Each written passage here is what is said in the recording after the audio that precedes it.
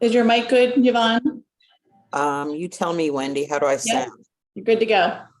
I pulled in a taller chair as well, so hopefully my entire face and not just my eyes are on the screen now. So You sound really clear. I don't know if it's software, or if you got a new microphone or what. but good. The yeah, I feel like I'm sitting on a bar stool. Oh, Figured probably, if people can actually like see more than my eyes, they might yeah.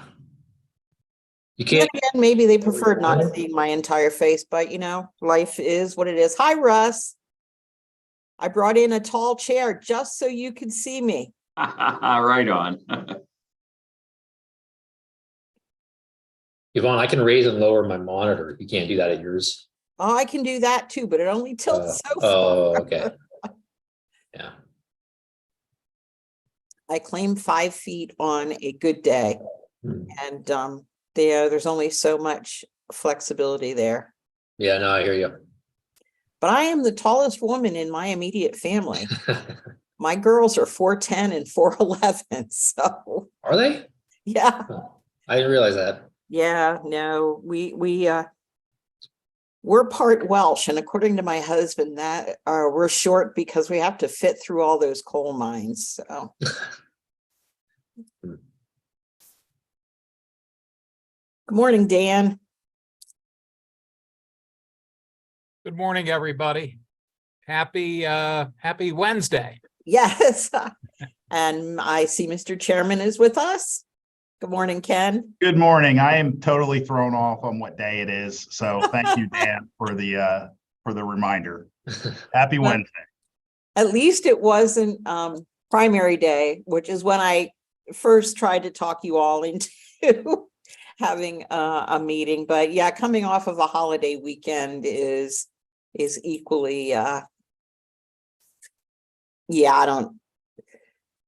one of the dementia tests is orientation to time and place, and I've been failing that for about 40 years. So I see Bruce, I see Randall, I see Christine, I see Pat, I see names for Tim and Nathan and Jonathan and Lisa and Joe. So it looks like we're rolling in pretty good here.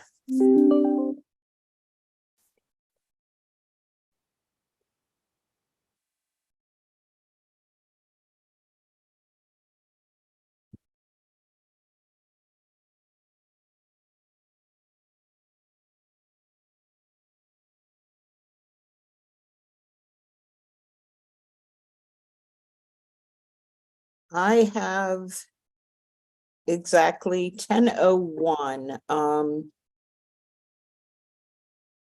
Okay. I would Yvonne, say, Mr. Chairman, if you want to. yeah, I will call the meeting to order. Welcome, everyone. And I know we have some new members who might be participating as well, that we had some members who were appointed in May. So welcome to all of them. And Yvonne, if you just want to call the attendance and we can get started. Wendy? Wendy, if Wendy would like to call the attendance. I don't have it in front of me. I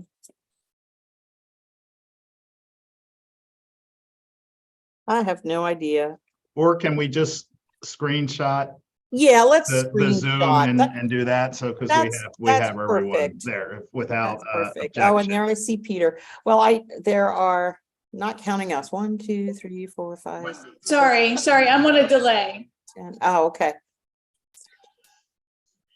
Well, I see 13 members on the screen already, so I know we have a quorum. So, Wendy, can you do that? Just see who we're missing.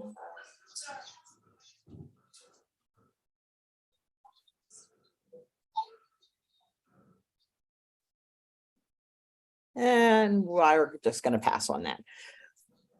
Wendy can pull this off the tape because we do have that lined up. Ken, do you have any opening remarks you want to make? as I did, just welcome everyone and welcoming our new members who may be participating as well. Thanks Okay. for everyone's time today. Okay. With respect to the new members, since those appointments came about 3 weeks ago, we did not initially send all these materials out to the new members on the basis of thinking that this meeting is really to vote on and release a report that they really weren't part of, that they weren't involved in the deliberations of, and 3 weeks was not a lot of time to get caught up on that. However, at the same time, they are fully appointed members. So we did send links to them this morning with the materials if they wanted to join in. If they are here and want to vote on any proposals, there's no reason why they can't. But if they're not comfortable, not having been part of the deliberations that led up to this point, an abstention is perfectly appropriate as well. So hopefully we can get this ball rolling, and I think that's what I got. So if you're ready to look at the election director training piece, I re-listened to the tape and went over my notes and tried to draft a proposal based on the prior proposal that we looked at that would address the concerns that various people made. So if you've had enough time to look over this latest version, we'd appreciate some feedback, your thoughts. Does it comply with everything everybody agreed they wanted to see in election director training? One of the things we tried to do was define what an election director is, because it has become such a term of art. So we were trying to define it in a way that would capture the people doing the work that we're interested in. So reactions, anybody have anything they want to say about it?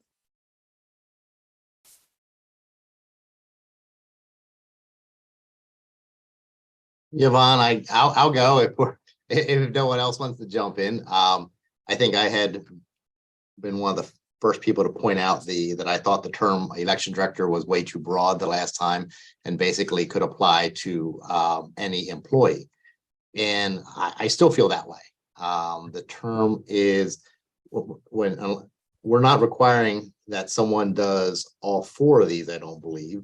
But an employee whose duties include voter registration or conduct of elections would include just about any county election staff member. Perhaps we could do something along the lines of defining it as director of elections as a position that is required to be appointed by the county board of elections. Further, should define the director of elections as the person responsible to supervise and direct county staff in the day-to-day fulfillment of the duties, boards, and obligations of registered voters, maintain electronic voter systems, and conduct elections.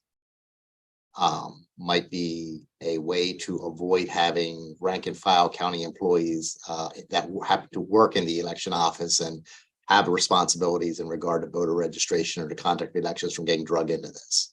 Yeah, you're right.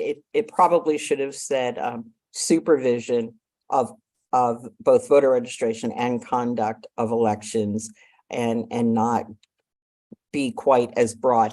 I'm okay with that proposal. And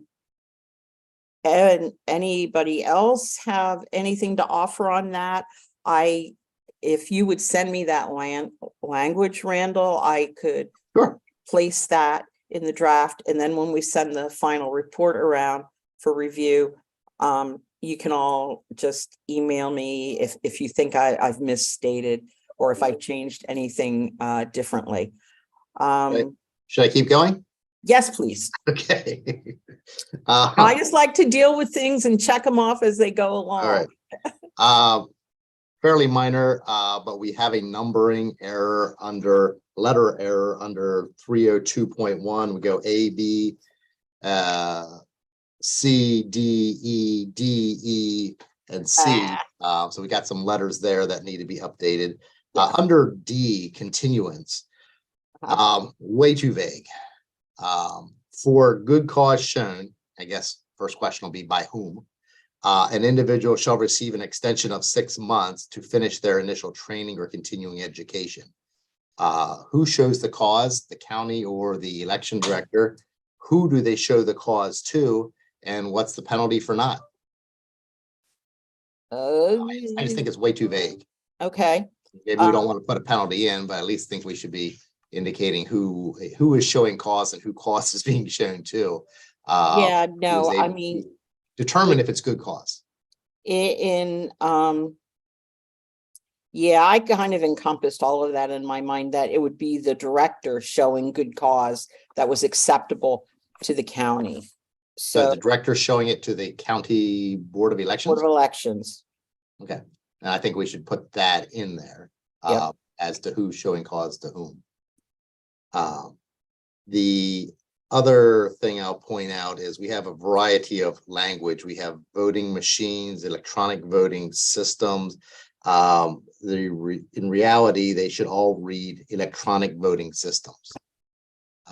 Because post HAVA, that's what everybody's using. Okay, So there's a few different places where we have electronic voting systems. We have voting machines. And then under what is listed, I guess, as the second E, which probably should be G, equipment training. That should probably be voting system training.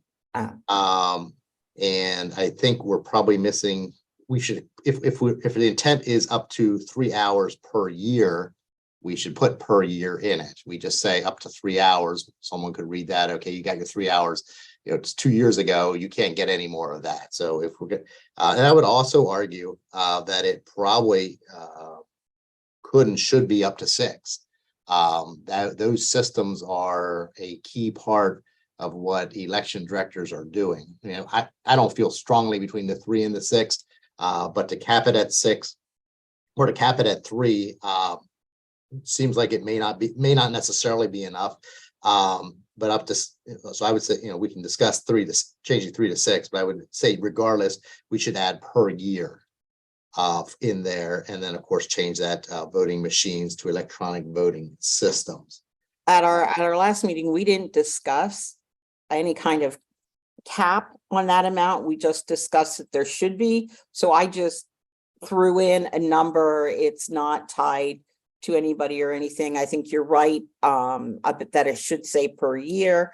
But yeah, that's you guys' call. I threw 3 in there as a placeholder, but if you all think 6 is a better choice, you know, I didn't base that on anything other than my thinking, okay, let's pick a number here, because we hadn't in our conversations. I mean, I would like to think that, you know, they, you know, the directors should be learning how to design, proof their ballots, perform logic and accuracy, etc. Especially instead of entrusting that to a vendor. Yeah. So I mean, but again, I don't feel strongly on the 3 versus 6, but I think 3 may be a bit light. But certainly on the adding a per year part in there. Well, and it may also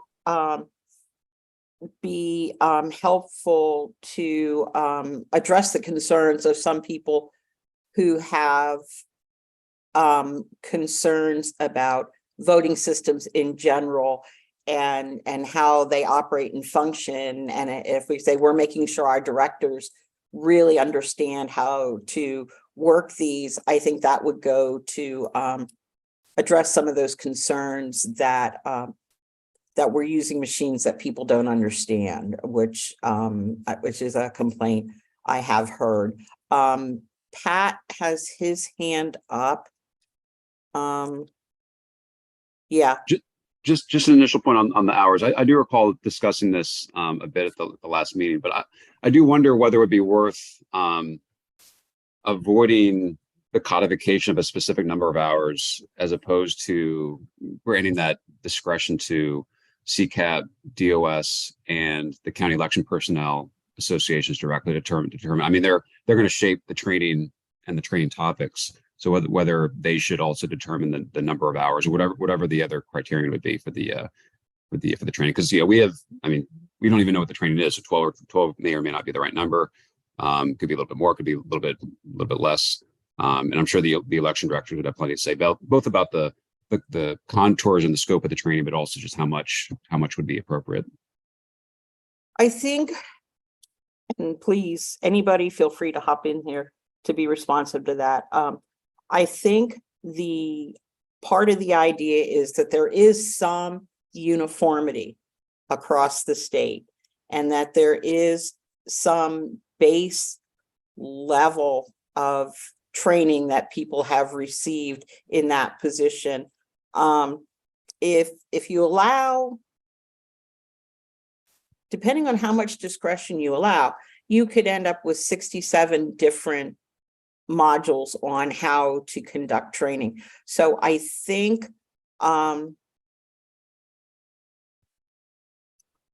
the counties think aren't developing the training here. It looks like there's a formal kind of work group here that develops it on behalf of the whole state, right? The way right, this is but at the providers. same time, I think you still, depending on how much discretion you leave, I'm not articulating this very well, but generally when we mandate training in statute in Pennsylvania, they're like, Steve, where are you? Support me here with teachers. We have say there has to be so many hours and frequently it has to be in so many different topic areas. So, but anyway, I've got Jonathan, Russ, and Joe. So you guys hop in and a quick notice that two of our new members, Chet Harhut and is it Amy, have all I see is the name abbreviation. It's Alan Toadvine. Oh, okay. Thank you. How you doing? Good, thank you. Have joined us, so welcome. Okay, Jonathan. Speaker, microphone.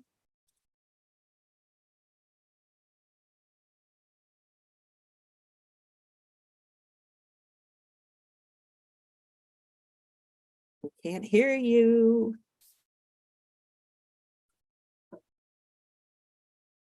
All right, Ross, go ahead and start Turning your talking. mic on and off Still, sometimes. okay, there he. Still No, nothing. nada. Okay, we're gonna let you work on your technology, and Russ and Joe are gonna talk a while and just yell when you're functional again. Okay, You have to be unmuted to yell though, so. yeah, I just want to reiterate some of the points that were made already. Actually, half the reason we even have the Election Law Advisory Board is because the General Assembly was not specific enough in its legislation regarding Act 77.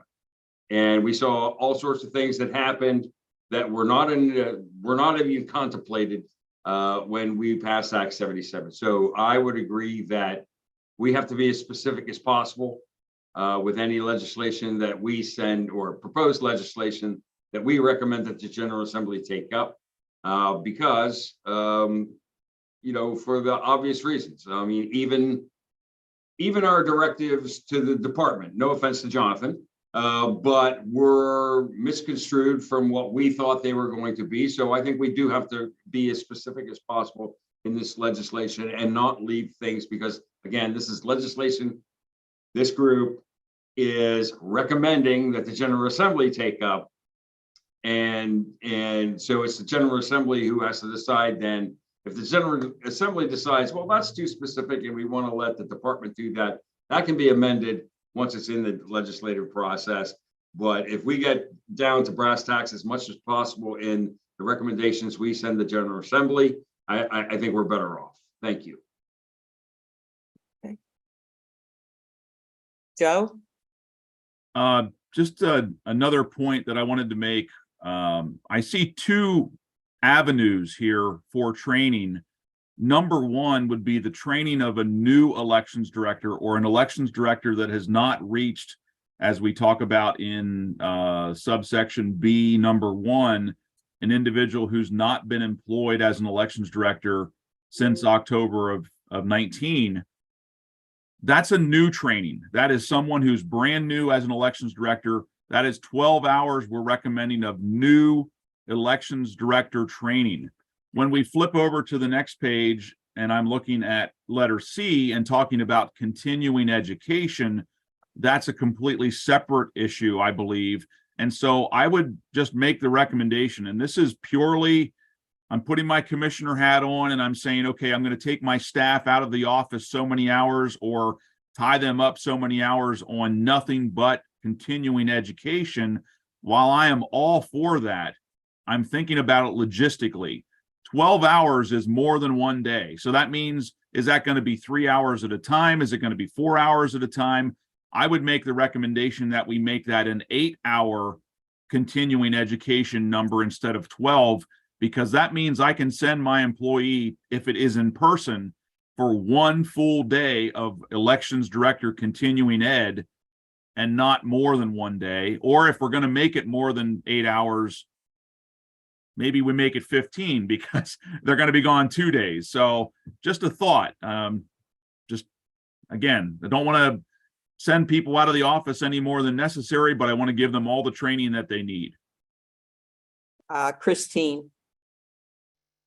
I think it is 15, and maybe I'm misreading something. I think it's 12 hours of continuing education plus 3 hours of equipment with the voting machine. So or the voting system manufacturer. That was not how it was intended to be written. It was intended to be written that the 3 or 6 hours of voting machine could count towards that total of 12 hours. Gotcha. Okay. And Jonathan is back. Yay, Jonathan. Can you hear me now? Yay. All right, great. I tried fourth option, which is dialing in on my phone, so I don't know what's wrong with the other three.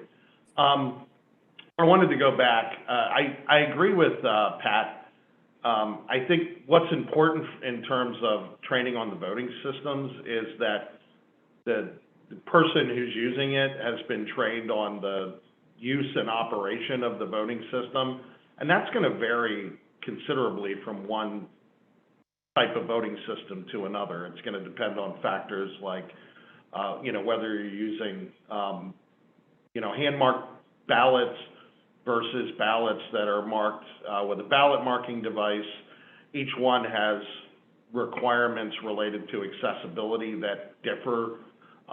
So I understand that we need sort of a number. I don't know that I would specify, though, for voting system training, maybe increase the overall number of hours of training required to be inclusive of that.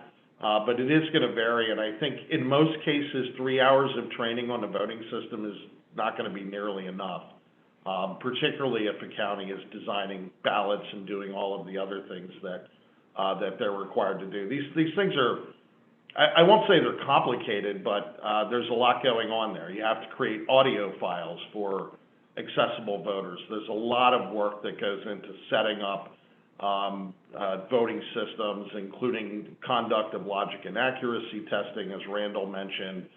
So typically, as I understand it, that's usually the vendor usually comes in and does multiple days of training with county election staff.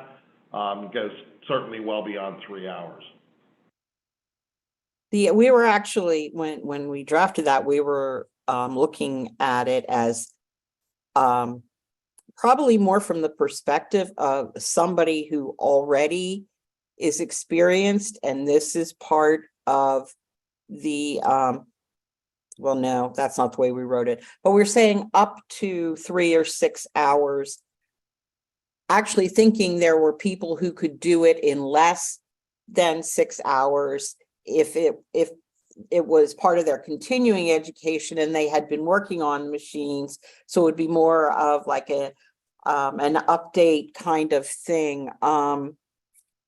And that's not to say a person couldn't do 18 hours of training on the voting machine, we're just saying that of that 18 hours, up to, let's say up to 6, could count towards the continuing education requirement.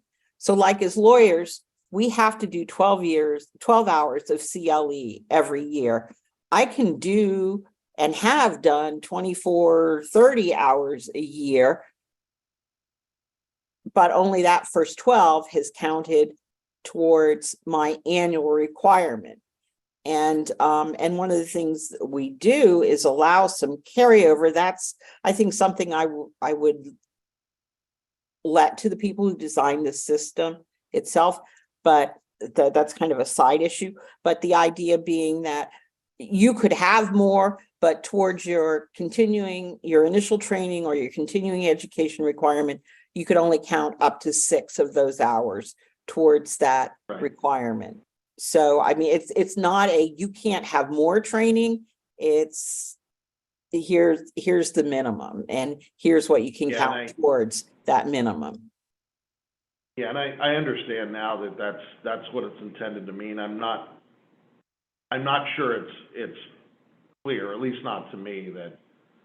Well, you're the second person Maybe who it could said be a that. little more precise that We need to tinker with we're that talking language. about credit. Yeah, Yeah. we're talking about crediting hours that were spent on voting system training towards the overall number. Yeah, since you're the second person to bring it up, I think we need to, we probably do have a little clarity issue there that we need to fix up. All right. Okay, I'm just making myself a note to clarify that. Lisa. Good morning. I would just say, from my perspective, that the training, I could see the training on the voter registration side because that is uniform throughout the counties. But the voter system side, that would leave that responsibility up to the vendor and the county staff, because all the counties don't use the same system, as was already mentioned. So it would be hard to quantify what kind of training we're giving the election directors per se on voting systems. The voter registration side, of course, that it's uniform, but the other side, there isn't any uniformity.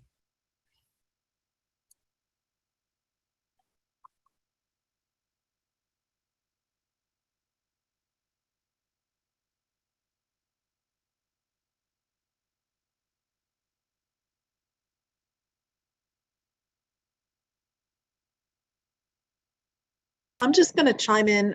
Can we look at what other states are doing with regard to equipment manufacturers? I think Colorado might have a plan that we could just kind of see how they're doing it. My concern with having the vendors be in charge of what is produced would probably likely mean that the vendors are going to come in and try to talk about the upgrades to their equipment that they would want to buy you, to sell you. And we certainly don't want this this educational format to be something that is an upsell from the vendor. We want to make sure it's an educational aspect.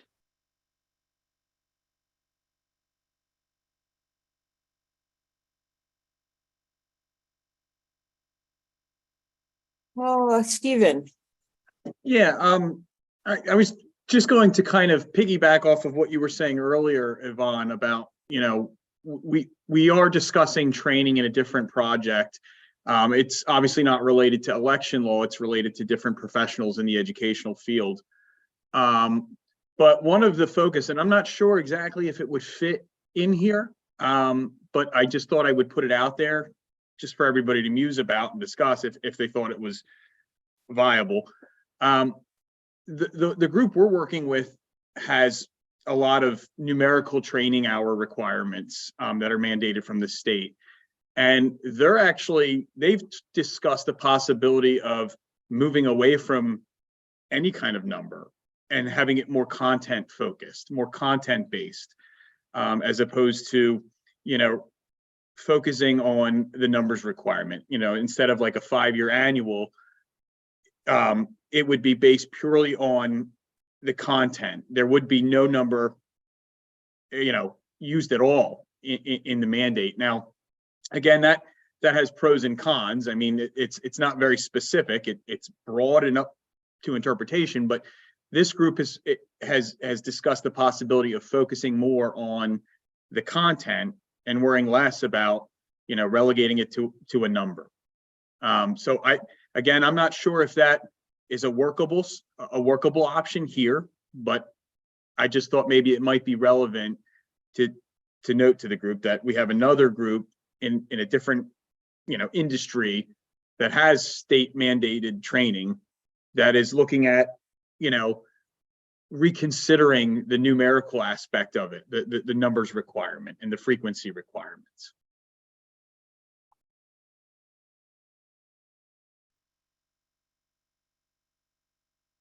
Oh, Pat. Yeah. Well, I guess one kind of like more overarching comment. I realize we're already kind of surfacing a bunch of stuff that some of which is new, some of which is from the last meeting. But if the associations, or at least Thad Hall and Tim Benio haven't provided some specific feedback on this recommendation, I think that would be worth getting. I mean, they are the primary stakeholders of this, this particular topic. Again, don't mean to unnecessarily to slow this particular recommendation from the board down, but I'm sure they'd have a great deal to say about how this would work best for them and their colleagues, if at all possible, and if that hasn't already been done. Well, here's the thing. That's kind of what you guys are supposed to be doing. It's input from people outside of a board or an advisory committee can always be useful, but again, our goal is to make recommendations to the General Assembly for them to move forward with or not move forward with, base legislation on, adopt, whatever. But we don't normally vet stuff outside of the group. We don't circulate drafts to outside entities. So that's not, I mean, they would have their opportunity in the legislative process to come in, and if this would become a proposal to really lobby their viewpoint with the General Assembly, with the whatever committee would be considering it.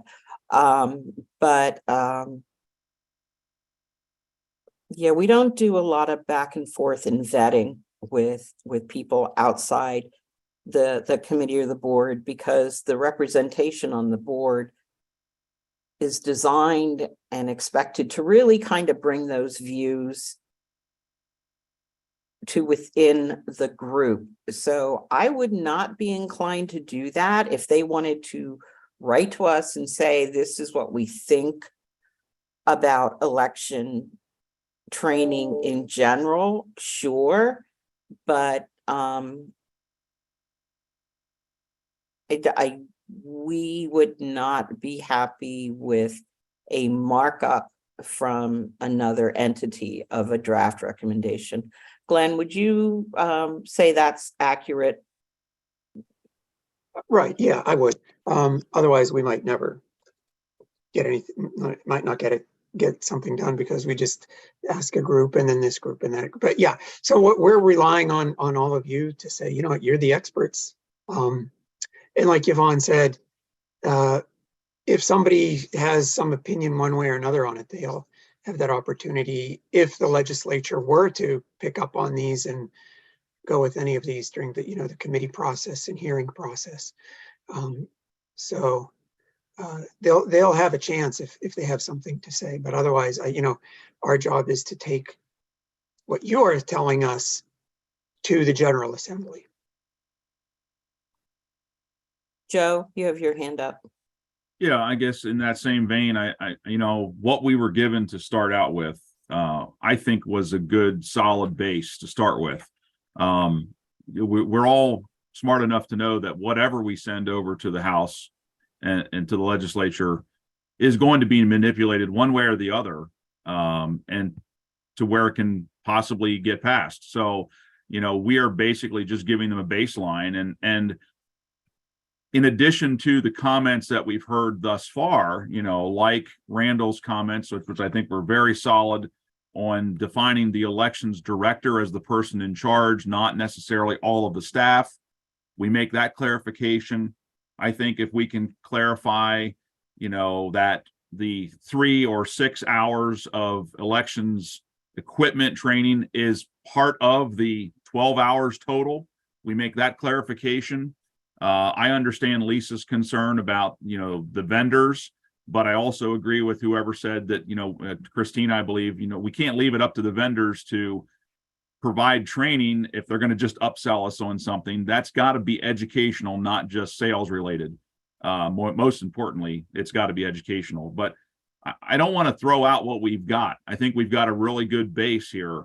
And then, you know, like Yvonne and Glenn are saying, I want to see this move forward, because I think that's why we're here as a board.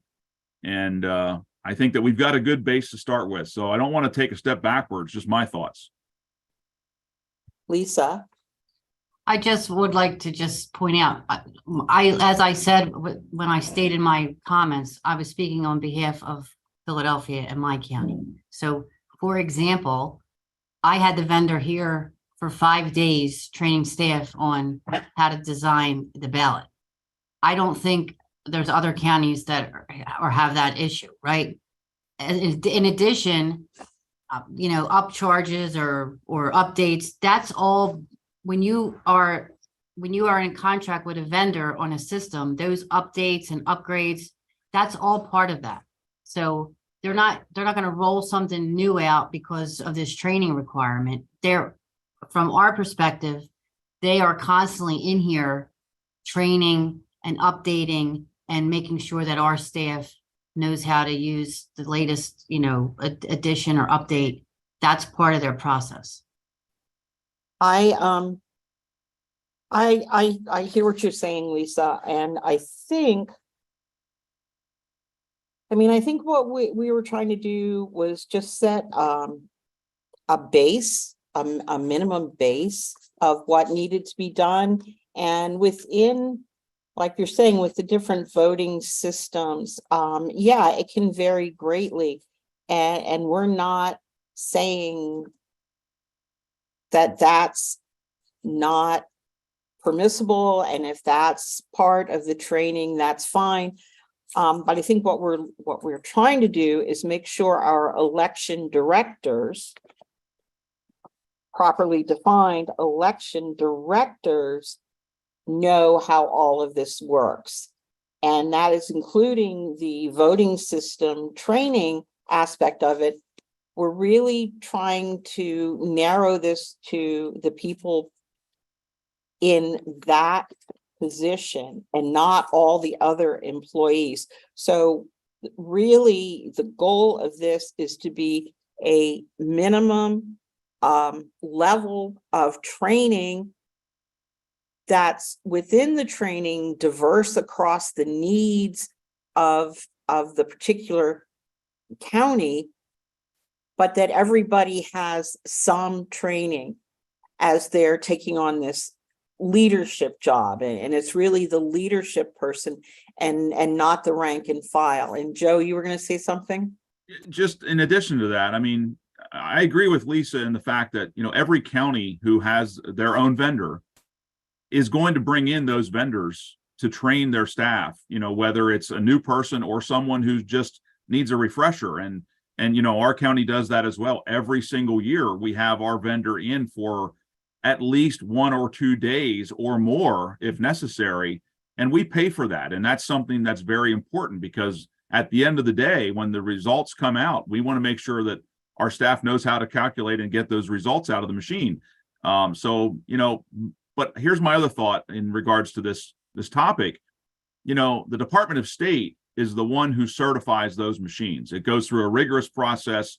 Jonathan, correct me if I'm wrong, but no one gets certified as a Pennsylvania machine that's certified without a very vigorous process. So part of this discussion might be that the Department of State, in conjunction with whoever is organizing this training, would just have a brief session for each county who, have each of the vendors as part of the training, if it's ES&S or Dominion or whoever it may be part of that training, but you have a breakout session for every county that uses that style machine. Just a thought. And that's the kind of nuts and bolts thing we're trying to just, delegate to, leaving that kind of flexibility to structure things that would work like that. This is,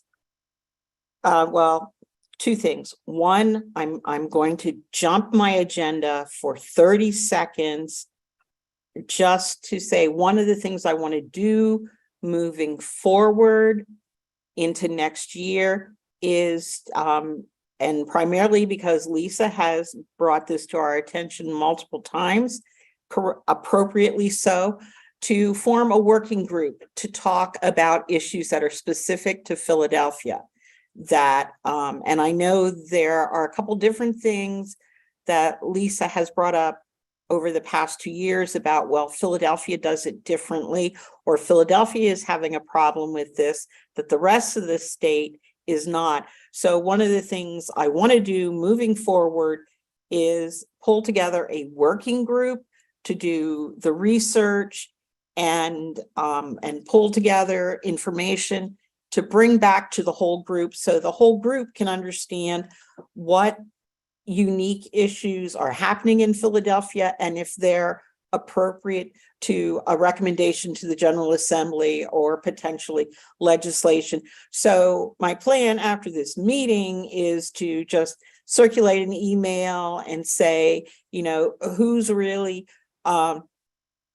interested in and knows something about what's going on in Philadelphia. And obviously I would expect Lisa to be a big contributor to that group, but to circulate an email, get the work group pulled together and start having some conversations about, because, 67 counties, Pennsylvania, 66 counties and Philadelphia. And we all know that, and we see it in all the cities of the first class legislation where there's one member of the class. So I think it's perfectly appropriate to acknowledge that Philly is different, and we know it among their sports fans. So why shouldn't it be with their voters and their electors too? So Lisa, do you like that? Yeah, I don't think that that's necessary, and I don't really think that that's anything I've ever asked for. I mean, I'm just expressing, my opinion on these broad-ranging topics. Are you sure? Because my gut has been that there are things that are,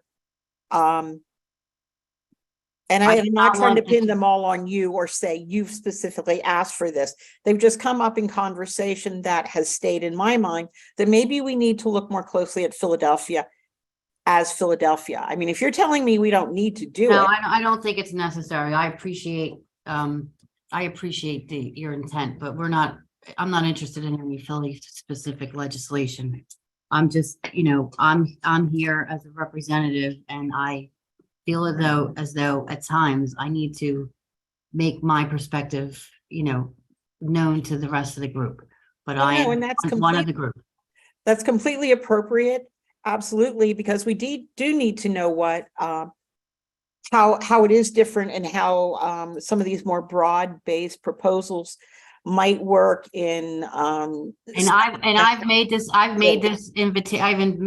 extended this invitation in the past, and I'm happy to continue to do so. If you would ever all like to come here and have one of these meetings at our location, we'd love to have you, and you could see for yourself. We're building something pretty impressive here, and we'd love to show it to you. Okay, thank you, Lisa. I didn't run it by you before, so sorry if I put you in any kind of spotlight. But yeah, okay, if, I'm fine with that. Jonathan, you were gonna say something? And you're mute again. Nope. Unmute the phone.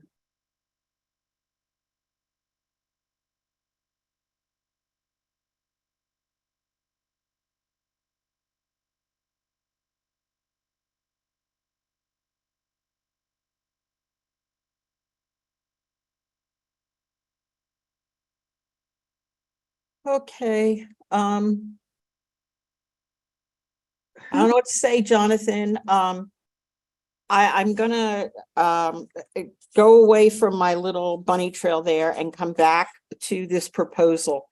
And I want to see if you can all agree to conditionally approve this recommendation. Let us go back and clean it up. We can circulate it back to you separately. And unless we get feedback that says absolutely no, I don't support it the way you've rewritten it, my plan would be to take it as approved, give you a chance to tell me it isn't. If you don't have any problems, consider it approved and include it in the report. Would you all feel comfortable doing that with the changes we've talked about here today? I'm seeing lots of heads nodding. Okay. All right. Well, I'm going to take my little marked up red pen copy and go back and try to produce something that is as perfect as we can get it in this universe to move forward. Now, you know, I thought that would be the no-brainer. So our next topic, I don't even know what to think about what we're going to do, because I do feel we're not, after our last conversation, after listening to the tape very carefully, I don't think we're quite yet ready to produce a piece of proposed legislation on voter identification. And I know there are some who feel that we should just avoid the topic entirely, but we have had we have at least one joint resolution in this session that would require voter identification. And what acceptable voter identification is under that particular resolution. And I believe this is the second go round for that.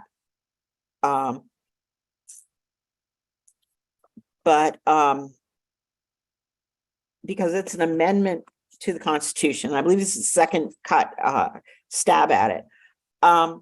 It really doesn't give a lot of definition to what is an appropriate piece of identification. So what we've done is what you see on pages 3 through 6, which is to look at the specific issues we talked about in voter identification and review the research we did with other states, those that have voter identification and how they've defined that, and have kind of drafted recommendation number 2 to say to the General Assembly, If you don't want voter ID, fine. If you do want voter ID, these are the things we think you should consider. And these are the things that we think are important to include in any kind of voter identification legislation. But I don't think we're ready to write the actual bill yet. And Russ, I see you're there. So fire away. Well, thanks, Yvonne. I mean, look, you have an option 1 and an option 2 here. And maybe, I know that there are people who feel differently about this issue on this advisory board. And maybe we should begin by even deciding whether we're going to go down this path or not.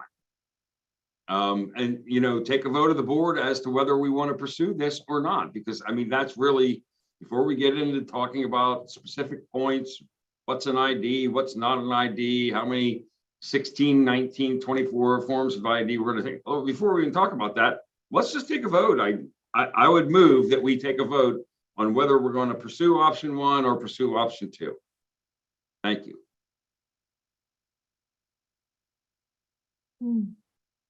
Okay.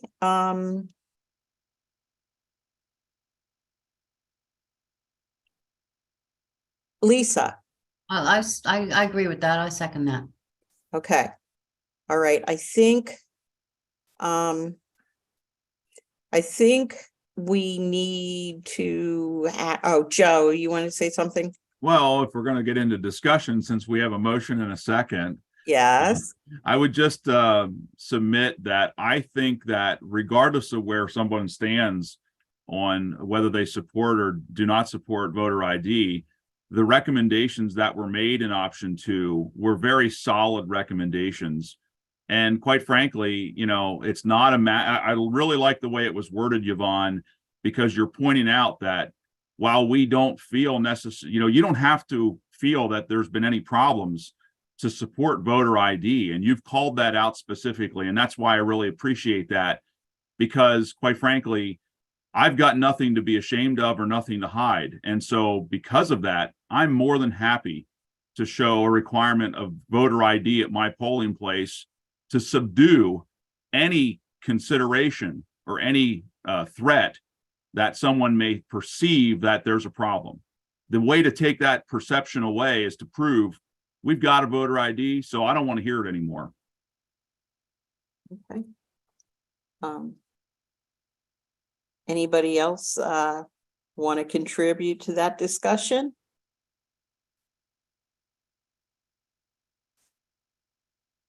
Pat. Thanks, Yvonne. I guess one point of clarification on the option 1, and then I guess a general comment. I mean, first, that the option 1 says that the board will not recommend a comprehensive voter ID law, but recommends that the current list of kind of first-time ID options be expanded. What does expanded mean there? Like additional options added on, the first time options being applied to every election, not just first timers? I believe coming out of the discussions when we talked about that as a possibility, we were talking about expanded as to the list of things first-time voters could show.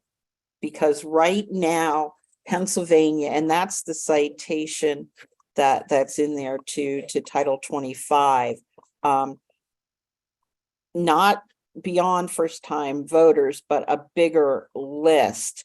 And right now, our statute says we can use no more than the HAVA list. And the HAVA list is basically those, what are they, 4 or 5 things, utility bill, bank statement, government check, paycheck, and then the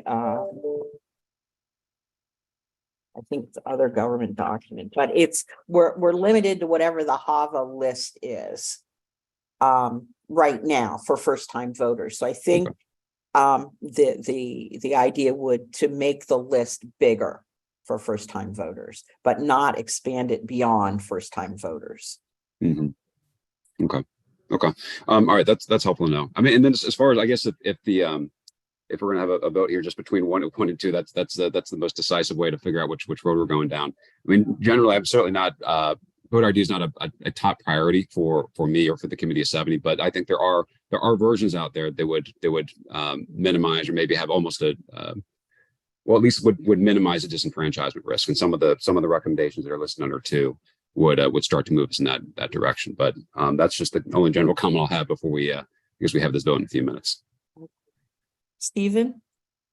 Yeah, I would just say as a matter of form, it probably, if we're going to do a motion to pool the, to take a vote or pool the members, we should probably have the chair request a formal motion, and then a member, we can have a second to it. It's just a matter of form, I would say, to make sure we're kind of staying consistent.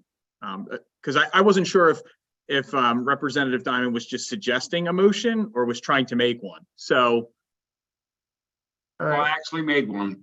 all right, is there a motion to take a vote on whether to proceed with the voter identification? I'm going to say that was moved by Representative Diamond. And is there a second? I think that was Lisa. Second.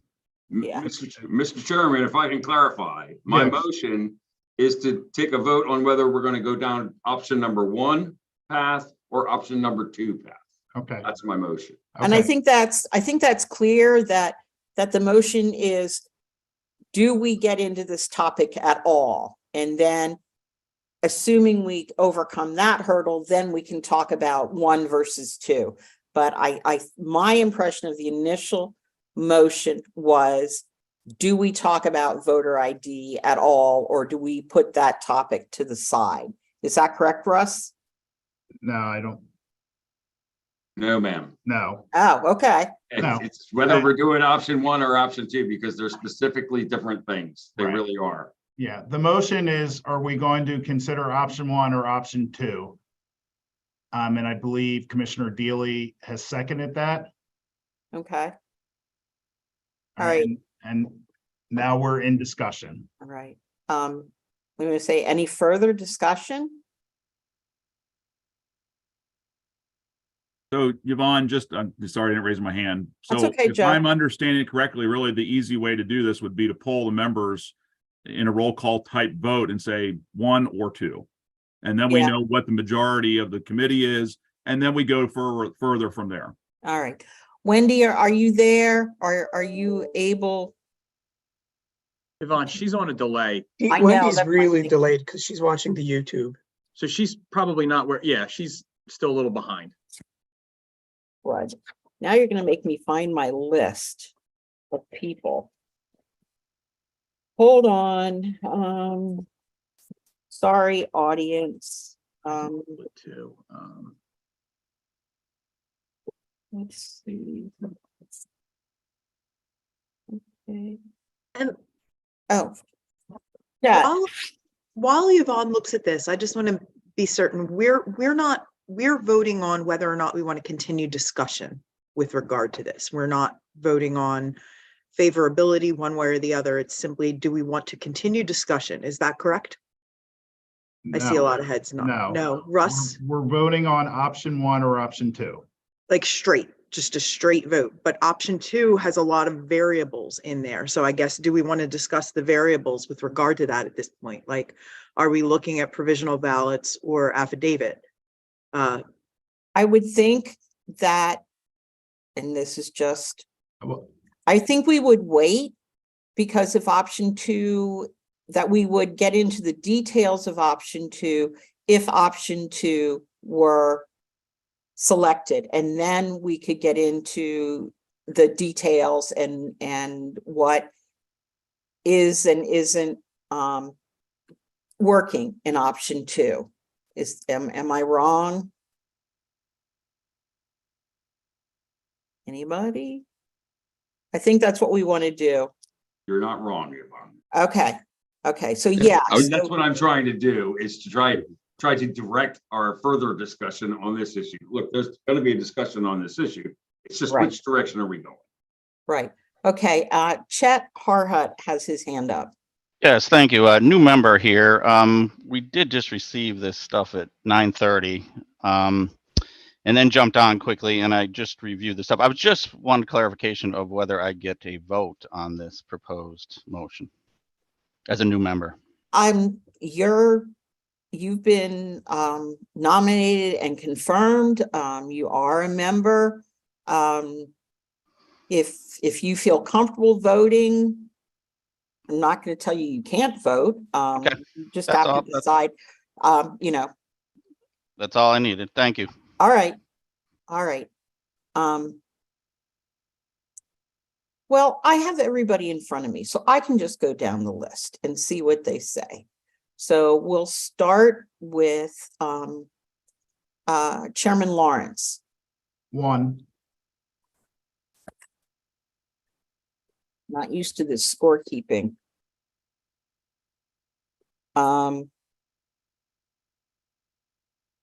Joe.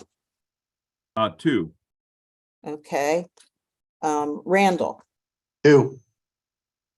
Okay. Bruce. 2. Okay. Dan. 2.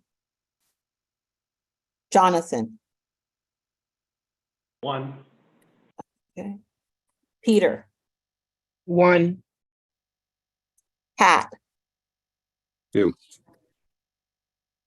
Russ. 2. Okay. Thank All right. you. Christine. I'm gonna go with 2. Tim. 2. Lisa. 1. Chet. 1. Mr. Todovan. I'm going to abstain since I don't have enough information. Okay. Nathan is here for Senator Tartaglione. Nathan, are you going to vote? If I had the capacity to vote as a designee, I'm not sure. It would be 1 on behalf of Senator Tartaglione. Okay. All right. So that is 8-6 for option 2. So I think by a narrow margin, we're going to talk about option 2. So I appreciate that from everybody. Mr. Parliamentarian Kramer, do I need to do anything else to confirm that vote? No, I don't believe so. Okay. All righty. Then let's talk about option 2. And like I said, we went through and we tried to figure out what would probably be good things to have in a voter ID law. And again, this recommendation is if the General Assembly decides they want to have a voter ID law, these are the things that we think would be appropriate to be considered in that statute. So having said that, we divided it up into like specific aspects that we think probably merit being addressed individually. And so having said that, what does anybody have to offer about the photo ID section? And it would be recommendation 2A then. Christina.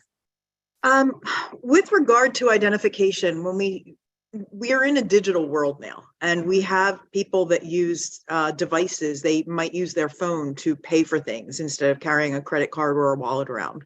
So I'd like to allow for digital verification by showing, like if you have a picture of your license on your phone, that should be acceptable rather than if you've forgotten your wallet, if you just bring all those devices. Same thing with when we get to a current utility bill or bank statement. I don't get bank statements in the mail. I haven't gotten bank statements in the mail in years. I do all digital. So I should be able to show proof of that by showing that digital proof via phone, via device. Joe? Some interesting thoughts from Christina. That's something I hadn't thought about before. I just wanted to say that, regardless of where we go on the ID portion, I don't ever want to take away anyone's right to vote provisionally. That should always be an allowable option, as that is up for the election board to adjudicate at a later date after the election. So just wanted to make sure, I know it's in there, and I think it's important that remain in there. And I don't think that there should be any discussion, quite frankly, about taking that away. Okay. Russ. I would be opposed to Christina's suggestion about digital forms of ID at this point, only because none of the agencies that we're currently relying on that I am aware of are currently offering those digital forms of ID. I can show you a picture. I'm pretty good with Photoshop, so I could pretty much fake an ID and take get a picture on my phone that would look like an ID. I know that the Department of Transportation is actually working on digital registration, and we're looking at legislation for digital registration documents that will be recognized, but we're not quite there yet on any of these agencies actually offering digital ID. So I would be opposed to that at this time, just because some of the agencies that we're relying on already to do some of these background checks and provide collected documentation are not yet. When if the federal government comes out with a digital passport, well, okay, I'm okay with that then. But at this point, I would have to say that we shouldn't be looking at the digital option. Thanks.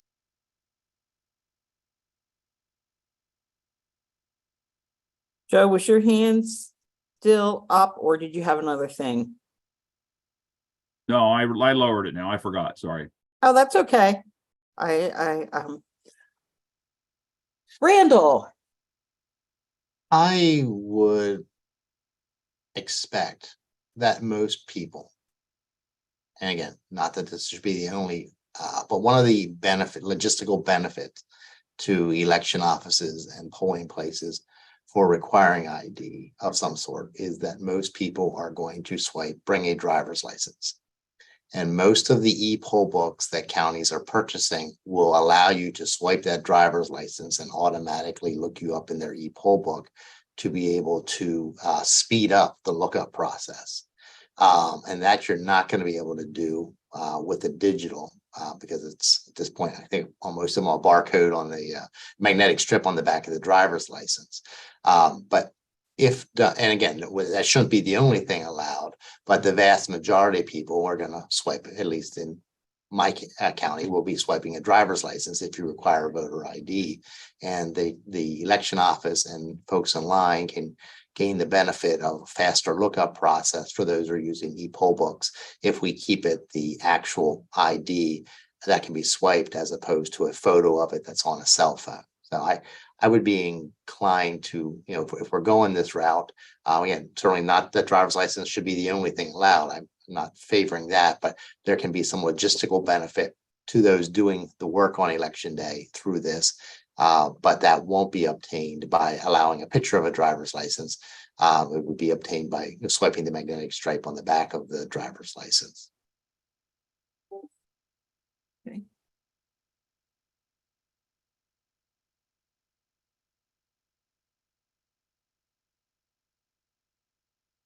Pat, I'm sorry, I got distracted. Yeah, not a problem, Yvonne.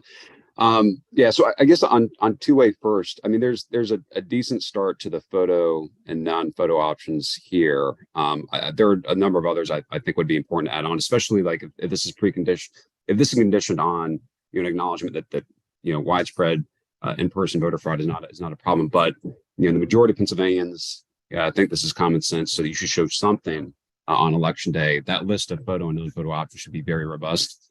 So that's like one really, really critical piece. The other is that, and this is where I would be concerned about disenfranchisement. If someone shows up on Tuesday and they happen to not have one of the approved photo and non-photo options, which would be a small number of folks, but there would be some people for who that would be the case. Or actually probably more common than that they just, forgot, they just don't have it on them, that they be able to sign an affidavit and use the voting system as they usually would. I think those two pieces, at least for me, are critical for it to be a policy that won't disenfranchise folks. So, I mean, there are a number of other specifics on the ID options. I'd be happy to send separately or throw in the chat, or I mean, kind of list later in the meeting here. But just from where I sit, I just want to stress how important those two pieces are. Really robust photo and non-photo options, and then the affidavit to use the voting system if they just don't have one of those approved options. I'm sorry, one other thing. There wasn't one other thing. There was around dates. Again, if it's an approved form of photo ID and it's got your picture and it's got your name, you should be good to go. If it's a non-photo ID, but it's got your name and it's got an address that matches the voter registration record, which is currently the HABA requirement, I think you should be good to go. And I don't think we should have, judges of election inspectors having to bother with the whether or not there's a date on the thing, especially when with a robust number of options, some of these IDs are going to be legitimate and don't have dates on them, and others will. So that's another piece I would just kind of take off the table, if only for complication purposes, but also just to make sure that voters have every option available to show on that Tuesday. Pat, are you saying expiration dates on the cards, or are you referring to the expiration dates? Correct. Yeah, I don't Okay. think there should be any expiration date requirement whatsoever. Okay. Just if it's a photo ID option, it should have your picture and it should have your name, obviously a name that matches what's in the poll book. And if it's a non-photo option, it should have your name and the address on that non-photo option should match what's in the poll book. Okay. Which is currently what the federal law is. Well, it says current and valid. So then you have to think about what does current mean. But anyway, Jonathan. Everyone knows how I feel about this. I think this is largely a solution in search of a problem, but I agree with Christina, Pat, the other folks that if the General Assembly is going to look at this, the list of IDs have to be as broad as possible. Even including digital IDs. I mean, I think a valid ID is a valid ID, whether it's digital or otherwise. And I know a lot of places are moving towards that. And if you're going to include if you're going to include utility bills, which I think you should, a digital ID from your insurance company or some other entity, I think is adequate. And probably even more vetted than a utility bill would be if you're looking at it in those terms. Okay. I think Russ. Yeah, so I just want to back up on something Pat said, and then I have a question about it. So for voting with an affidavit to permit voters to use the voting system instead of voting provisionally. I mean, the reason we have provisional voting is because there may be a question about whether the voter is actually eligible to vote, and we want to review that separately.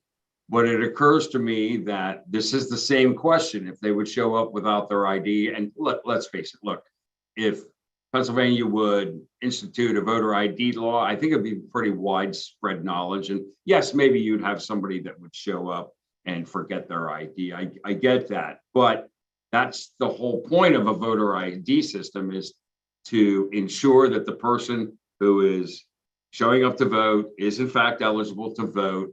So why would we let them do an affidavit and then use the voting system instead of setting that ballot aside and having it count later when we make sure that, oh, okay, that is the person. I'm not sure why you would want them to actually just go in and use the regular voting process rather than voting provisionally, because it's not like a provisional ballot means your vote doesn't count. You're not disenfranchising anyone by making sure that you're setting that ballot aside to make sure that it is a genuine, valid ballot from a valid voter. So I'm not sure why you want the affidavit to just let people go and vote using the system and not set that ballot aside. Joe, Christina, and then Pat. Yeah, and to the same point that Russ made, I mean, I want to be clear, I made my comments earlier about provisional ballots, and that has not changed. However, I would not agree that that just signing an affidavit works, because the problem with that, at least in our county, once you sign an affidavit, whether you sign an affidavit or not, once you submit that ballot into the machine, it's in there, it's counting, regardless of whether somebody proves you were a valid voter or not. And that's the whole purpose of voter ID if we go that route. So again, the only way this works is to have that person vote provisionally so that that vote can be adjudicated as to whether or not they were a legal voter. As Russ has already stated, if they were a legal voter, no one is disenfranchised. If it goes in and they were not a legal voter, every other voter has been disenfranchised. Okay, Christina, and then Pat, and then Jonathan. I'm a fan of the affidavits because they do that in other states that have voter ID, and it allows for a quicker result process. You're not, you don't have as many provisional ballots in the precinct if this is an issue. And the other very important thing to note here is that if someone signs an affidavit and they commit voter fraud, they are committing a felony. They are guilty of a felony. If you really want to see if this is a problem, this is the best way to do this. You'll then have a record of the voters that are committing said felony. Pat. Yeah, just I guess to respond directly to the question. I mean, first, again, if in-person voter fraud is not the primary concern, if the primary concern is that this is a common sense policy that most Pennsylvanians would agree with, I don't see why it is necessary to have the provisional ballot be part of the mechanism. So that's one point. The other I guess is I don't think we don't want to be providing additional reasons for provisional ballots to be cast, because that's additional work for the counties. And then also it is possible for mistakes to happen during that provisional ballot procedure, which has happened in the past. So, bear in mind, like the status quo right now is, unless you're a first time voter, you're not showing anything. So kind of what we're talking about right here with a robust list of photo, non-photo options, and with the affidavit safeguard to use the voting system is far stronger, or stricter, or robust, or whatever the adjective is we want to use from what the current policy is. Jonathan. Yeah, I think, the provisional ballot path is certainly fraught. It's going to increase the number of provisional ballots. I can't say by how much, but, depending on whose estimate you believe, even the most conservative ones, you're talking about nearly 1 in 10 individuals don't have a government issued ID. So it's, I think, and with Act 77 and the ballot, the mail ballot remittance process, we've already seen an increase in provisional ballots. So I think counties would need to be prepared to handle what would certainly result in an increase in provisional ballots to adjudicate after Election Day. And the other thing I want to note is who's deciding if they're a valid voter and at what point. I think that's something that would have to be considered as well. If they don't have a form of ID, complete the provisional ballot, the election board in the county is going to make the ultimate determination, and what evidence are they going to require of the voter before they make the determination that ballot should count. Okay. Russ? So let me ask, what happens when a first-time voter shows up right now to vote and they don't have an ID? Do they cast a provisional ballot? Yeah, and then it goes to the county board, and then the county board follows up on it and verifies that they're an eligible voter. I believe that's correct, Jonathan. Right. So we're talking two different things here. Yeah, we're talking two different things here. Jonathan's talking about process after the voter, after Election Day. But we're talking about process on Election Day here regarding affidavit versus provisional. And, I just want to reiterate what Joe said and tie in what Christina said, or maybe it was Lisa.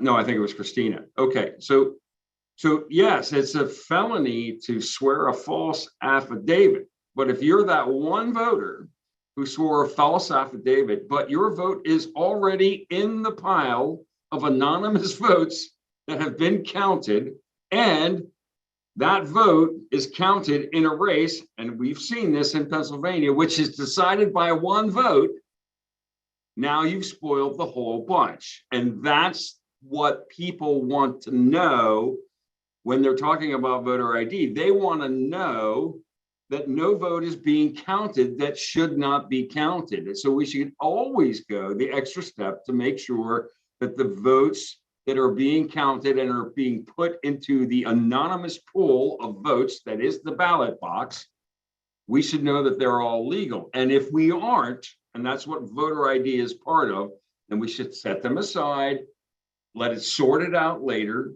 And for the people who are going to sort out the provisional ballots, we are in the process right here of recommending a definitive list of maybe expanded forms of ID that can be shown at a later time to make sure that that vote absolutely counts, because it is a deserving vote and it's a legal vote and it's a valid vote.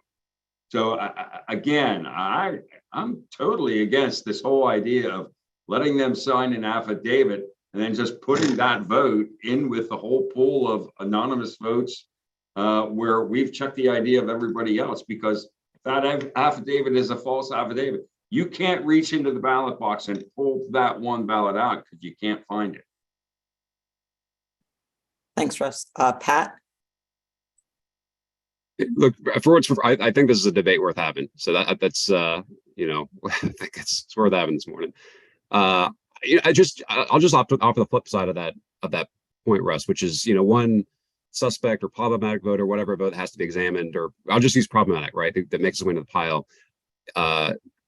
contaminates a whole bunch or whatever. The flip, or whatever the flip side of that is, one person who's disenfranchised who should not have been because they're a legitimate voter, like that impacts the election too. That contaminates the whole bunch. That's just the flip side of that point, which is why, I guess the points that I'm arguing are to absolutely minimize, to doggone like near zero the chance that we disenfranchise anybody, including through procedural mishaps, right? We got several million voters across the state who vote in person, and every little procedure we add on increases the risk that someone slips through the cracks, or because a poll worker error, or the voter doesn't know any better than to request a provisional, or whatever the mistake is.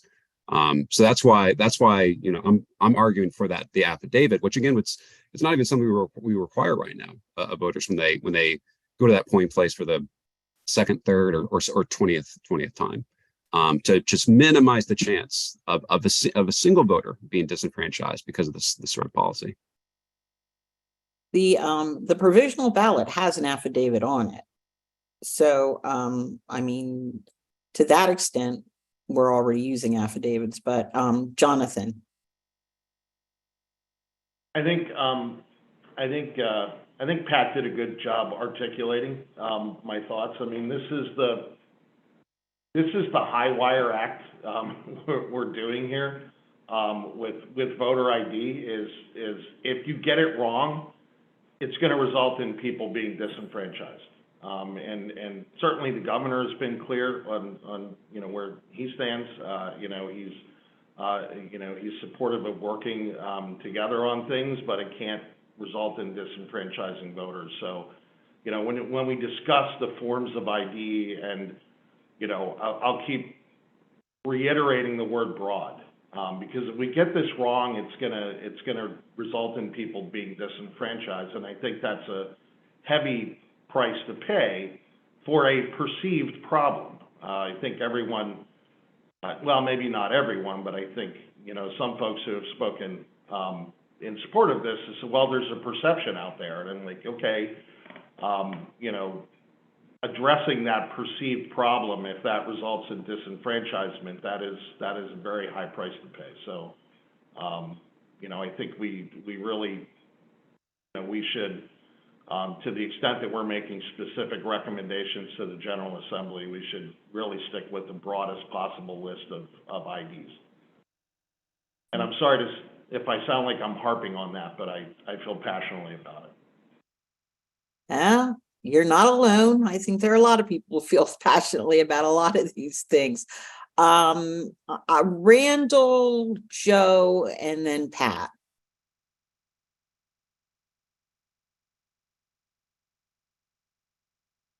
And we can't hear you. Jonathan, if I could just ask you two quick questions just to refresh my memory, because it's been a couple of years. Thing one, it was my recollection that if the judge or minority inspector forget to complete the outside provisional envelope correctly, that potentially disqualifies the provisional. Is that still correct? That is correct, yeah. Okay. And thing two, our poll workers all still have the ability to challenge the identification of a voter as they previously had if their identity is in doubt? That has not changed? Yeah, it's limited to a couple of things, but yes, the poll watcher. No, poll worker. Or even a poll worker. Poll worker, but even a poll watcher has that ability as long as it's made in good faith. But yes, poll worker could do that as well. And then another registered elector within the precinct would have to vouch for. That's kind of the election day process for. Right. Which is very happens very rarely, but correct. But I guess my point would be, since having been a former election director, provisional ballots are a pain in the butt. Provisional ballots with advocates, activists leering over your shoulders was even more of a pain in the butt. I guess my thought would be that since we have the opportunity for a judge or minority inspector's omission to potentially cancel a otherwise valid provisional ballot, I would be comfortable going with the affidavit, but also because at this point we're seeing their signatures, which is how we identify voters. The poll workers are seeing the signature. The poll workers have probably gotten a pretty decent feel as to whether, and they may even know the person.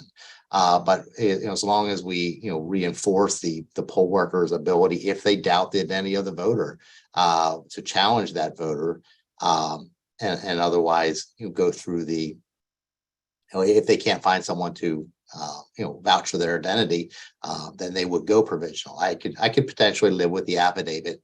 I won't say I would have come into the discussion today with that, but given the potential errors that could otherwise disenfranchise a valid provisional and the safeguards we do already have for the challenge of a voter's identity by the poll worker, I think I can live with the affidavit just to keep things moving more smoothly and be less problematic in the polling place. And worst possible scenario, it's more than we're doing now. Joe.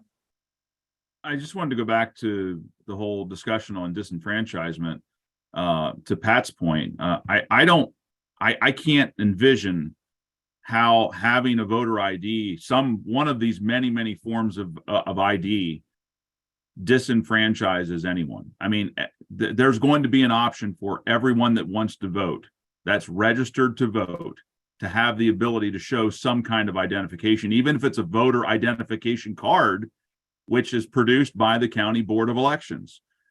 What I do see, however, on a daily basis, every election comes and every election goes, I hear more and more people say, I'm done with voting because I don't trust our system. I hear that every single time. Now, while they may not be disenfranchised, they've chosen not to vote.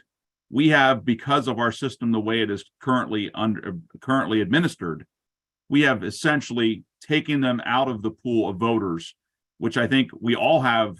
I've heard everyone say it in the past. We want to expand voting capabilities of people, not limit them. And I think we are limiting those voters every time we don't come up with a solution like a voter identification that instills trust in the system.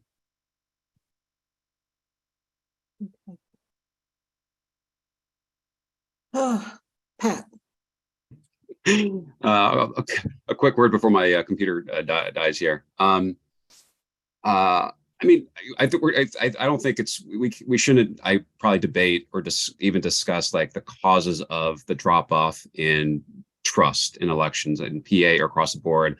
I would certainly contend that like the whatever our voter ID policy is now versus 10 years ago versus 10 years in the future is not directly related to the trend line we've seen.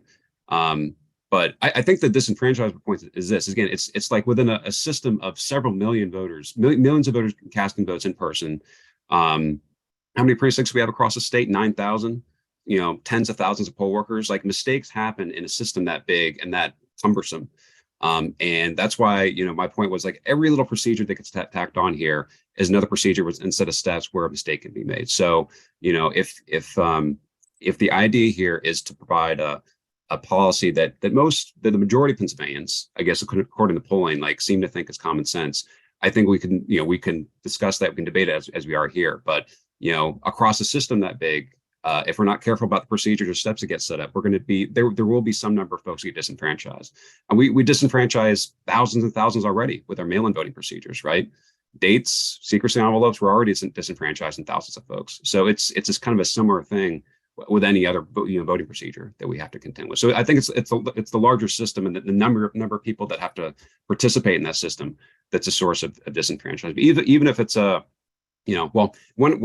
of several million voters is a lot of voters, and a fraction of 1% of several million voters is a lot of voters. So I think that's where the disenfranchisement concern comes from.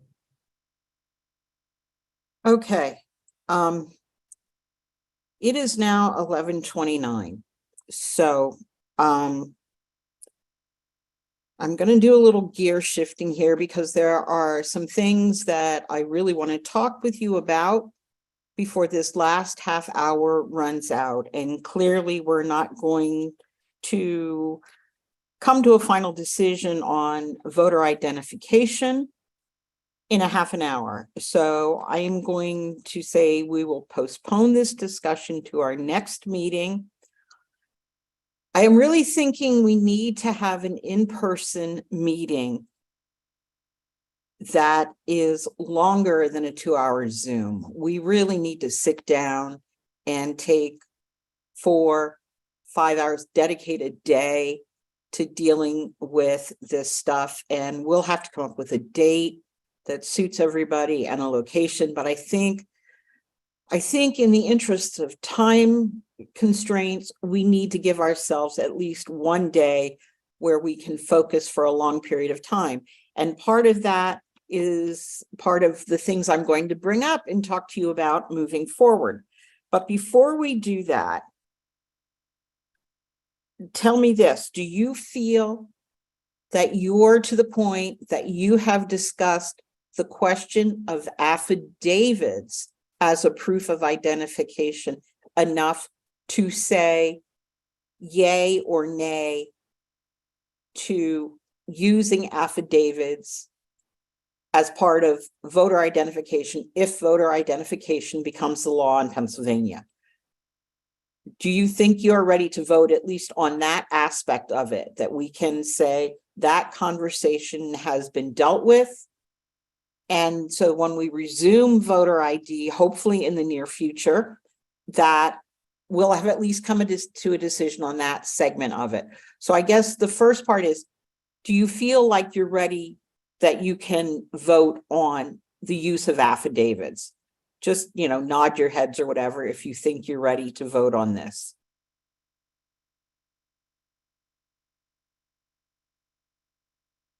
Yeah. Oh, Ross, I know how you feel. Nathan. That's just the figurative way of nodding head without. Oh, okay, thank Right, you. yeah. All right, good. Thank you very much. Okay, you know what? Let's see a show of hands. People who would like us to include the use of an affidavit where a voter without other form of ID would come to the polling place, not have ID, sign an affidavit as to who they are and where they live, and be handed a regular ballot that they can then cast along with all the other ballots. Now, my question is, Lisa, Chet, and Christina, are you voting or do you have another comment? I have a comment because Okay. I think that you just asked a question and that you asked us to decide whether or not we felt as though we needed to discuss the use of an affidavit more. And I don't know that we got an answer on that. And then all of a sudden now we're voting on whether or not we should use an affidavit or we should include the use of an affidavit. So Yeah, because I think I got enough nods to say, yes, we're ready to vote on it. I didn't know. Okay. Dan, I need a little clarification on what you're asking. Is your question applicable to both first-time voters and all other voters beyond that? Or is this question applicable only to non-first-time voters? Can you clarify what you're asking? what I'm asking is any voter, first time or 20th time, if you show up and you don't have ID that's on the list of acceptable ID, whatever that ends up being, that you can still vote on the basis of an affidavit. Thank you. Lisa, what? So we're voting on whether or not a voter can use an affidavit, but we haven't even made a decision on what kind of ID if we're going to change the acceptable forms of ID. I just want a preliminary vote telling me how much, if no matter what the list would end up being, and obviously we may have to revisit this, but I'm just trying to get a handle on at least one part of this, that is there support to use the affidavit? If it isn't, then I'm pulling it out and we won't be dealing with it as we move forward, looking at acceptable forms of ID, assuming we suggest that we do that. Pat. I mean, if you guys don't want to vote on this right now, just say, I don't want to vote on this right now, and we'll hold it off with the rest of the voter ID stuff. Ivan, I was going to suggest it, clearly like there's a lot to debate here, and there are a lot of, details probably doesn't do justice to like what the topics we're discussing. So yeah, I would suggest we continue this discussion in person if we can, because all the details are connected, right, in a given policy. And I don't think we should get ahead of ourselves on one piece of this when all the pieces matter. And this is, as we know, this is a particularly fraught topic of all the voting related topics out there. This is one of the most fraught one. Russ has really enjoyed this debate this morning, as have I. But I don't think we need to rush it. At some point, I will be holding people's feet to the fire, but clearly today's not the day that you're in the mood to try to do that. So that's fine. That's fine. My nature is to try to check at least one thing off the list. If we're not going to do that, that's fine. We'll just put it all into the barrel to talk about with the whole picture. Joe and Lisa, I'm not sure who was first. Lisa, I think maybe you were. Yeah, I was just basically going to say what Pat just said. I believe that this should be tabled until the whole discussion. All righty.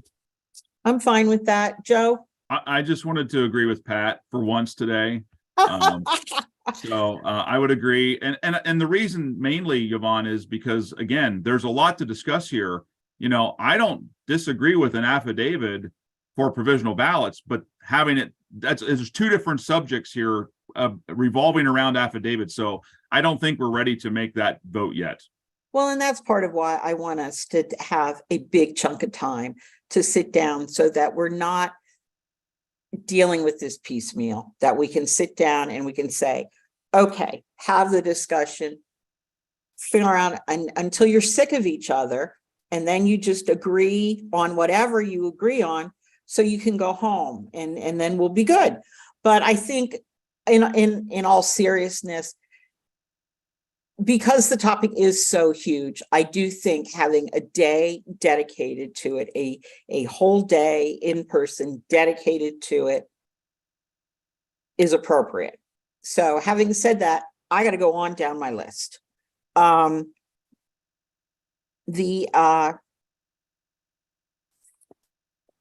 voter registration databases. I bring this up because I figured I'd beat Russ to it. We have supported Pennsylvania's participation in the ERIC program in the past. And that is a part of one of our recommendations. I am not suggesting or proposing that we change that. I just wanted to provide an update that I believe there's a total of 7 states that have withdrawn from the program. My understanding is that at least part of that withdrawal has some partisanship involved in it. There are also concerns that not everybody's been happy with the way they were able to use the database.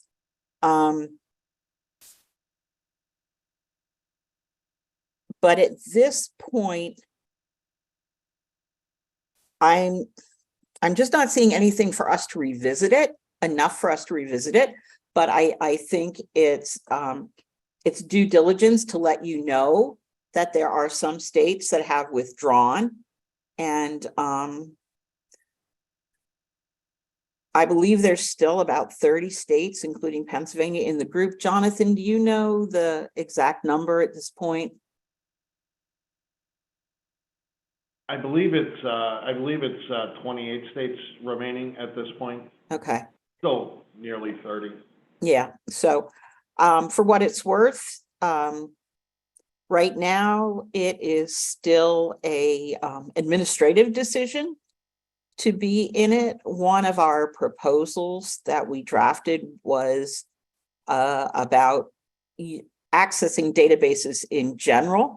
And I think that is something that everybody supported. It's more a matter of what databases are being used in some of these states. But I just wanted to make you aware that that's happening. I really don't think we're ready to revisit the issue, but I want you to be aware it's happening. The next thing on the agenda was district election officer compensation, and that is a non-starter because I confused myself reading the 37 Act next to Title 25, and those particular provisions have been amended in and out of those two statutes back and forth. And the first time I looked at it, I thought, ooh, that's a problem. Yesterday, I went back and revisited it, and they did clean it up. It's still kind of weird to me that it bounces back and forth, but the latest amendment in the latest place is fine, and the rest has all been repealed. So it's on the list because I need to read more carefully the first time sometimes. And again, as we've discussed from the very beginning, having a pamphlet law statute and a consolidated statutes title, both on the same subject, can lead to confusion. And if it's confusing me, it has to be confusing other people too, because I've been playing with this stuff for 40 years. But anyway, it's a non-starter. The other thing is generally an update on where we are with our prior proposals, because this is something that has happened. Well, I talked about this last meeting, our new report. I'm including all our previous recommendations as an appendix, and I will be including an update on anything that's happening with them, and that would include this new information on ERIC, and reviewing legislative efforts this session that would implement some of our recommendations. And there has been legislation on mail-in ballots introduced with all our proposals. There are a couple of bills that would address voter registration databases, very specific aspects of them, not our whole provision, but would affect that. There is,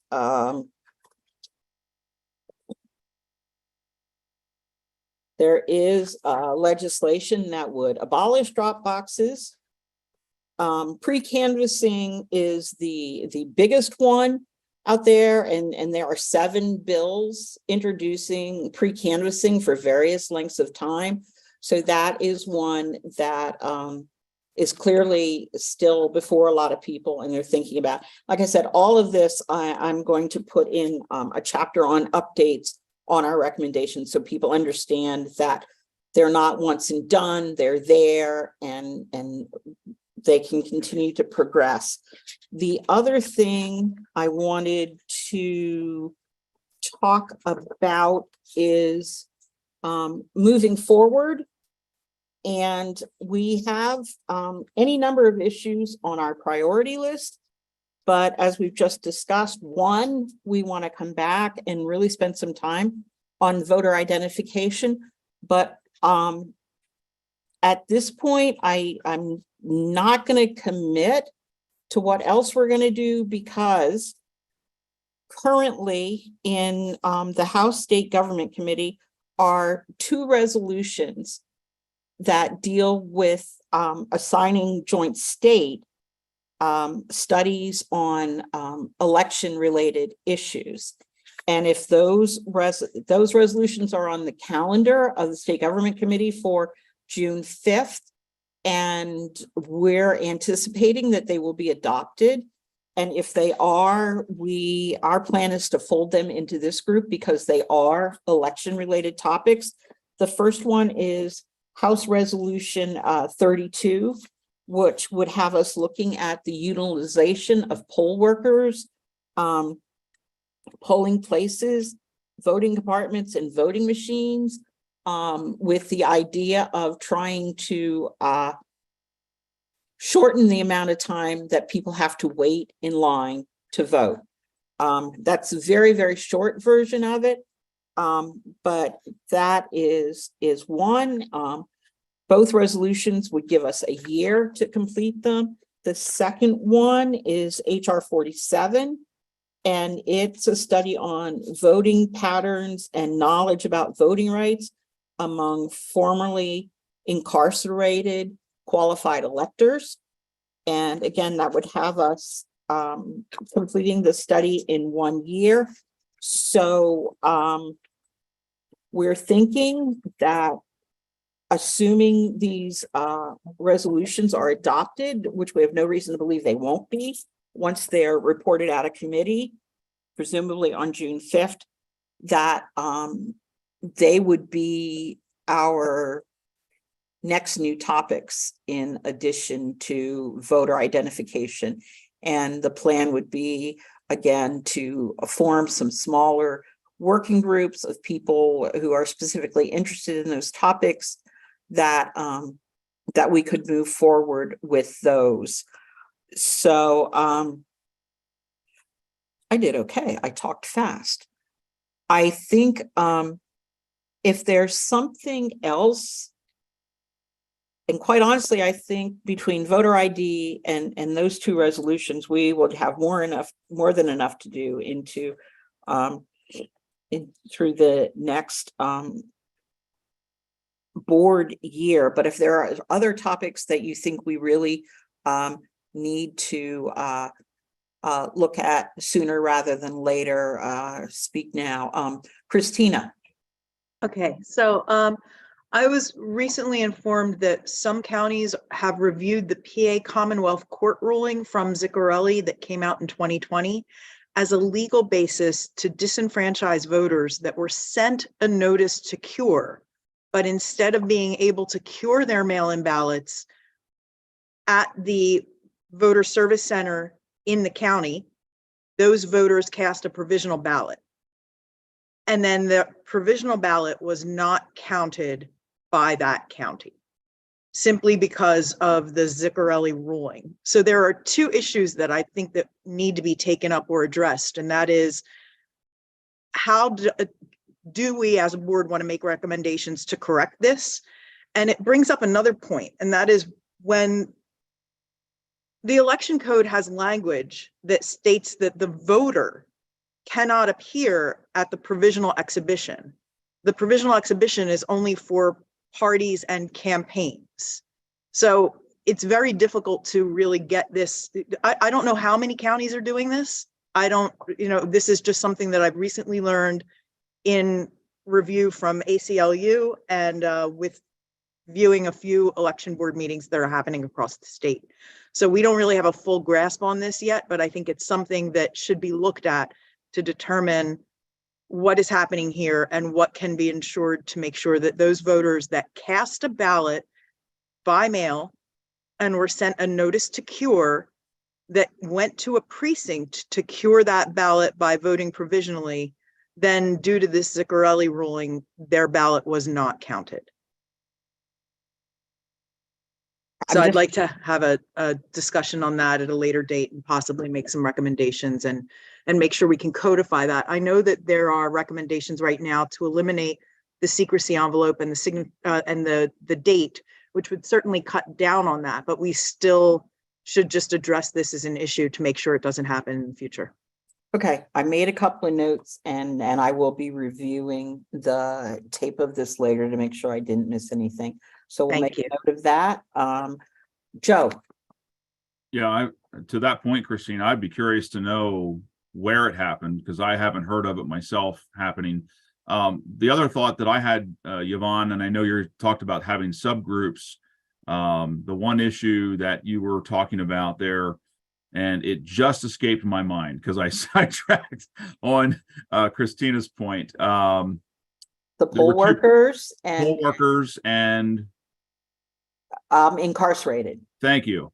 It was about poll workers, about the lines. Yes. This again, I love to be involved in decision-making processes, but I like to have data in front of me. So I hear this often, and even in presidential elections, at least in my county, we don't typically do not have major lines of people unless there is a problem inside with a poll worker situation, someone doesn't know what they're doing or whatever, and then we remedy that. So I'm curious, I don't know, one of the things I would suggest as we get into small groups is, can we draw some data from counties around the Commonwealth to talk about, how are the lines? Is it every election? Is it just presidentials? Is it every other year? That would be important data to have for that discussion, much like why I asked Christina. I would love to know where that's happening just because I haven't heard about it yet. So information's always good. Well, and that's pretty much what the resolution is looking for. What the average wait time is by county. And then, and I'm not quite sure where we're supposed to find this yet, but presumably we can find data and studies that look at geography, economic status, race, gender, all of those kind of things. So we're going to be looking for hard numbers and hard data wherever we can find it on how much this is happening and where it's happening. And because some of the information in that resolution indicates that there's information out there somewhere on how some people have been disenfranchised by long waiting lines, and in particular, certain minority groups. So yeah, so there's going to be a lot of stuff we're going to be looking at when we get to that. And that's not to say that we even need the resolution to look at that. We can make that a topic on our own as well, but we're assuming if we get the resolution, that gives us some really good guidance and parameters on what to look for. So yeah, somebody else had their hand up, and Delaware County, Joe. Christina just said Delaware County. All right. Any other issues other people are thinking we should look at sooner rather than later?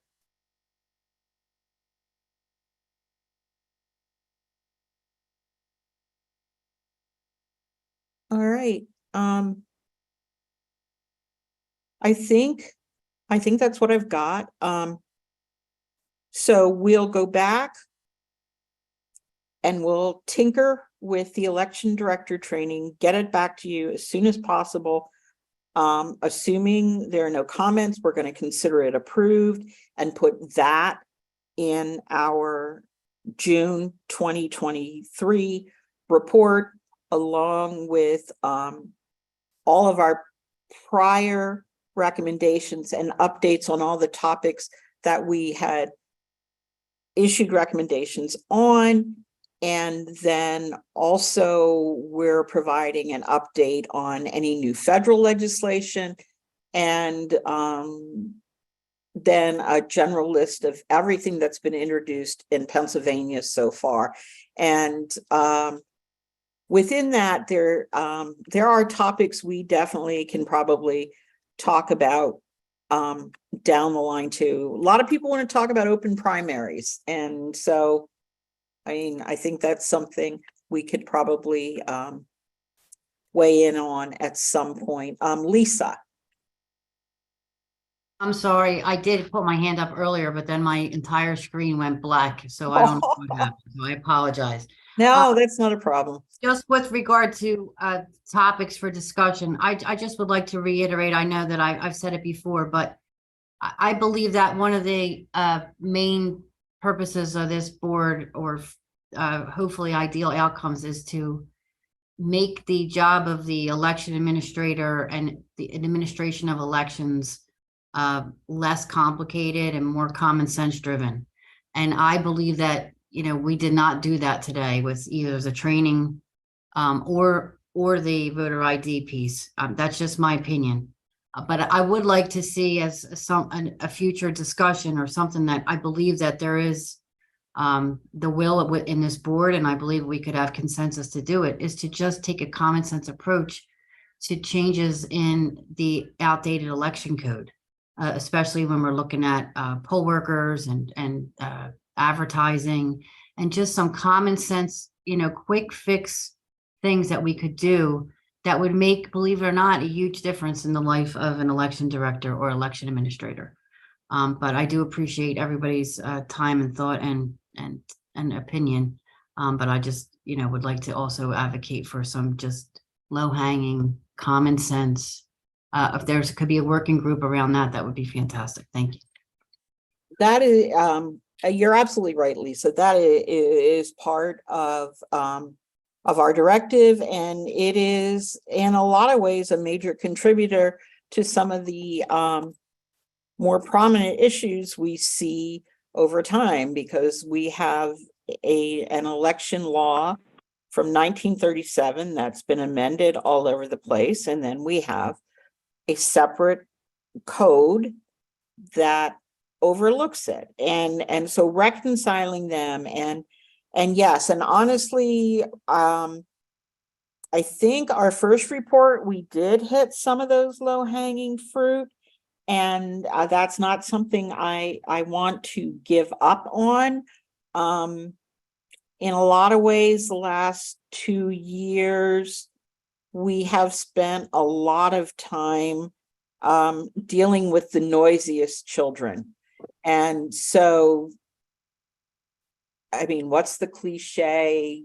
There's one out there that eludes me, that whoever makes the most noise gets the most attention. And clearly my parents indulged that when I was a child. So you're stuck with that.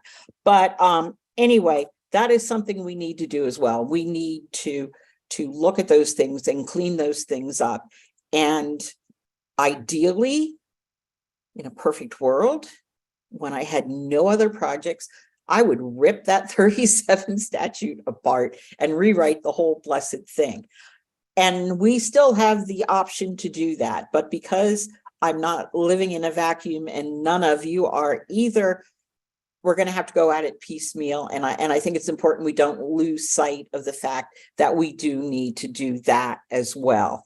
So to the extent we can, and Lisa, if there are a couple of things in particular that you think maybe we should take a swing at to put to bed, shoot me an email and we'll see what we can pull together. And not every report and not every recommendation has to swing for the bleachers. We can deal with some more manageable pieces as well. I use a lot of sports analogies for someone who doesn't play sports, but anyway, having prattled on enough, Mr. Chairman, would you like to make some closing comments, call for a motion, all of that kind of stuff? So Wendy will be reaching out to try to schedule us in person. And when are we roughly looking for that to happen, Yvonne? I honestly, because I virtually have no life, I'm going on vacation the last week of July. So if by some chance we can make it happen like in August, and I know August is a big vacation month, but we're not in Europe. We're not in Europe. So Yeah, I'm gonna say no to August. I think we would lose too many people in August. yeah, I'm afraid of that. And July is too soon. July is too soon. September. Yeah, I would say September. I know but we if- have to be aware of elections and conventions and conferences. We always run into that with the judges when we have to schedule stuff with judges because they have all these annual things going on. But let's try for September. So if everyone can be responsive when Wendy reaches out with dates on that, so we can get that on the books as soon as possible. I appreciate the dialogue today, and I continue to appreciate how we are civil in these conversations and respectful of everyone's opinion. So thank you all for your participation today. And with that, I'll take a motion to adjourn. Moved by Representative Diamond. And I'm going to give Pat Christmas the second on that. All those in favor, aye. And Aye. And we are adjourned. Thank you. Thank you. Thank you all so much. We'll be in touch. Bye.